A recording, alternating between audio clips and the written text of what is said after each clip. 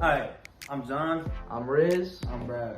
Hey guys, it's Lauren. What's up, y'all? Hey everybody, it's Lisa. Hey guys, it's Izzy. Hey guys, welcome back to my channel. Slipdog 3000 coming at you. Guys, it's Lydia. I wanted to invite you to an important event. This Wednesday, we have See You at the Pole. Meet you at the poll. See you at the poll. So see you at the poll. As you guys know, See What the Poll is coming up Mark your calendars. On September 28th. Wednesday, September 28th. September 28th at 7:15. September 28th, 7:15 a.m. So get yourselves up and get there. I think it's going to be amazing. The theme this year is a flame. Here's a flame. This year's theme is a flame. We're going to have some really strong, deep prayer. Anything you might need prayer over, we'll all be there to pray over you as a community. It would mean a great deal to me and many people if y'all came. I would love to see you there. It would really mean a lot to me to see you there. Hope to see you there. So, We'll see you at the poll. I hope I see you at the polls. I want to see you at the pole. I hope to see you there. So don't miss it. That's good.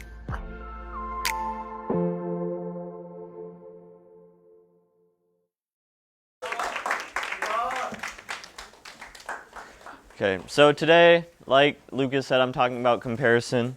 So tonight I'm going to talk about 3 types of comparison. 2 that you shouldn't do and 1 that you should. The first type is prideful comparison. I'll start off with a Bible verse about that. Matthew, I forgot to write the reference again, but it's in the Bible. Do not judge, or you too will be judged, for in the same way you judge others, you will be judged, and with the measure you use, it will be measured to you. Why do you look at the speck of sawdust in your brother's eye and pay no attention to the plank in your own eye? How can you say to your brother, let me take the speck out of your eye, when all the time there's a plank in your own eye? You hypocrite, first take the plank out of your own eye, and then you will see clearly to remove the speck from your brother's eye. Sometimes when we're comparing, it's to try and help us, feel better about ourselves. Like, we look at this other guy and we're like, hey, at least I'm not that bad, or I'm not doing that horrible. Like that dude over there messing around with all that and stuff. But we shouldn't be doing that, because if we do that, it's going to make us like ungrateful or envious of people who are in better circumstances than us. Because if we try and compare ourselves to them, we'll be like, dang, their life's kind of better than mine, and I kind of want what they have and stuff, and that's covetousness, and that's bad. But so, when we compare ourselves to others to like try and feel better about ourselves, we end up ignoring our own faults and like the things that we need to change about ourselves. So, yeah.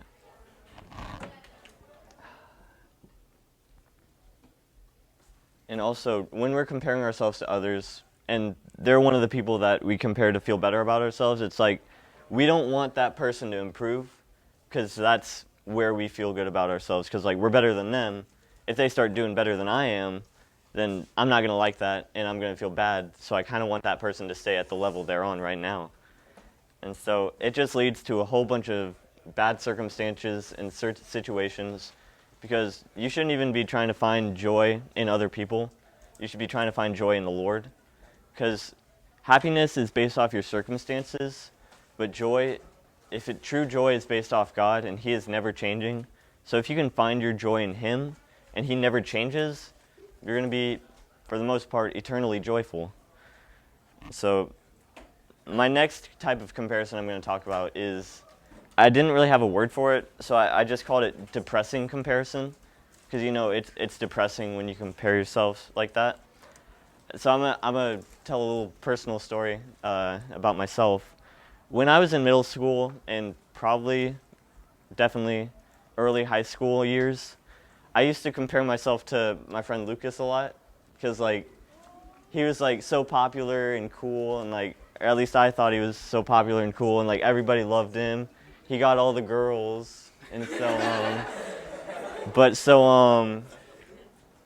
I ended up comparing myself to him, and like that just really made my middle school year like bad, because I wasn't like, I missed this stuff in my own life that could have made me happy or joyful, because I was too busy focusing on his life and missing all the opportunities that I had. I was focusing on everything he had, even though like I wasn't much worse off. Like we were same level, stuff like that. And so we're still good friends, so I'm glad for that. But so another Bible verse, Romans 12:3-8, wrote the reference this time.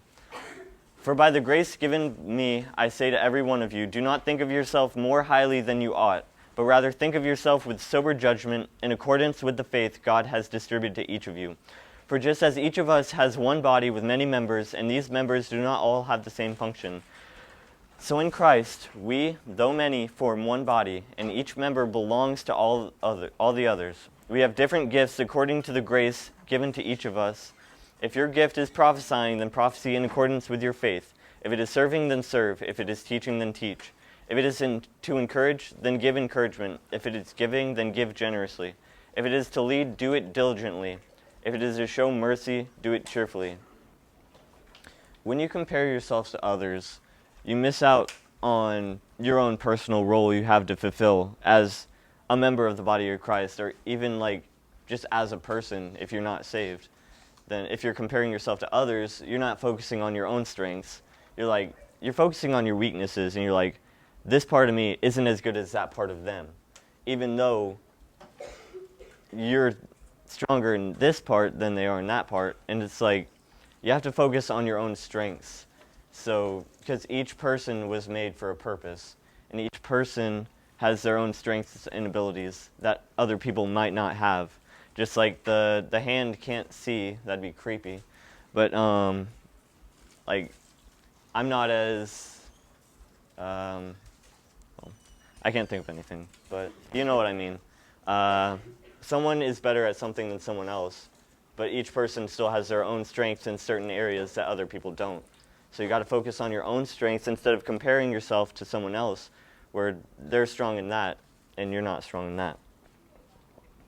When you compare yourself to other people, like no matter what kind of comparison I just talked about, it is so draining because you'll be taking all your energy into like focusing on them, like then tearing yourself down instead of like trying to do good stuff or build yourself up. Or if you do stuff, it's like, it's not right because it just feels weird because maybe you're trying to copy what that person is doing. But like I said before, that's not where your ability is. Your ability is somewhere else, but you're trying to copy them, so it's not as strong. And then you just feel useless and weak because in that one area, you're not as strong as the person you're comparing yourself to.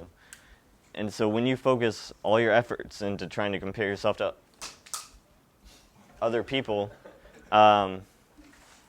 it is just draining because it'll completely ruin you mentally, physically. Because like if you start getting ruined mentally, then it starts affecting you physically, and then it's a bad cycle to get into. It is so exhausting. The third type of comparison, I call it holy comparison, because you compare yourself to God, who is holy. We have to understand not just what God says about us, what God says about what we should do. And so this verse right here talks about us. I praise you because I'm fearfully and wonderfully made. Your works are wonderful. I know that full well. Psalm 139:14. When God created us, he created us specifically in the way he did for a reason. We might not know that reason exactly yet, but eventually, if we spend time with God and pray and just really try to understand and we are present with ourselves, then we'll be able to know what God has for us. Because when you're close to God, it gets kind of easier to stay close to God, but at the same time it's harder. It's weird because like you'll be all for that one thing, like putting all your efforts into, like you're reading the Bible, you're praying, spending time with him, and then just out of nowhere you're like boom, you hit a wall, and then you just stop, and then you lay on the ground and sleep for like 24 hours, and you're unconscious and dead, and it's weird. But if you can stay strong and rely on God for the strength to keep going, then it'll get better, because our situations right now might not be ideal, no matter who you are or what you're going through.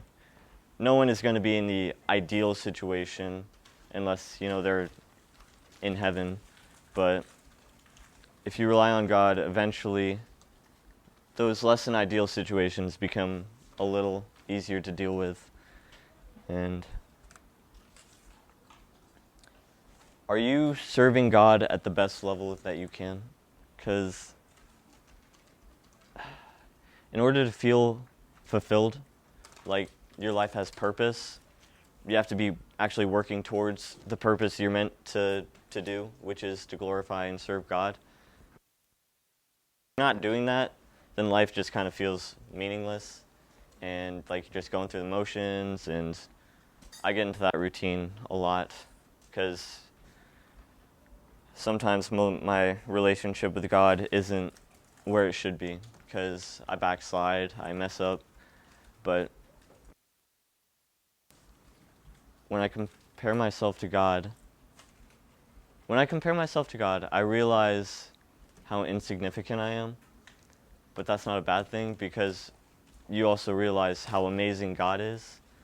And so, and God knowing, or we knowing how insignificant we are, and knowing that God came and died for us, even though we seem so insignificant, it just kind of makes you feel good, in my opinion. That's how I feel. I feel good knowing that Jesus came to die for a worthless nobody like me. And yeah, I'm done.